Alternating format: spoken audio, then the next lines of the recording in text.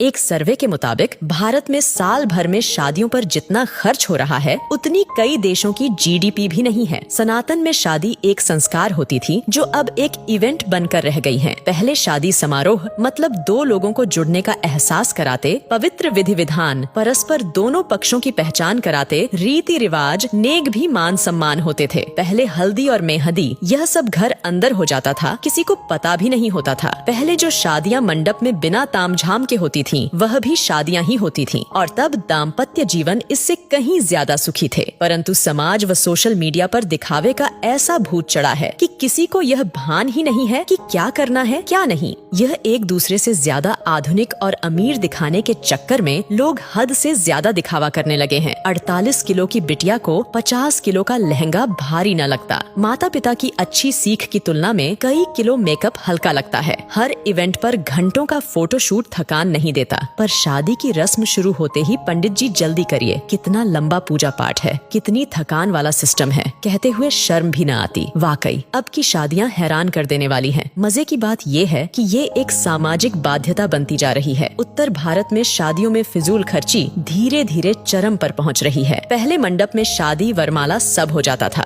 फिर अलग से स्टेज का खर्च बढ़ा। अब हल्दी और मेहंदी में भी स्टेज खर्च बढ़ गया है। Pre wedding photoshoot, destination wedding, reception, अब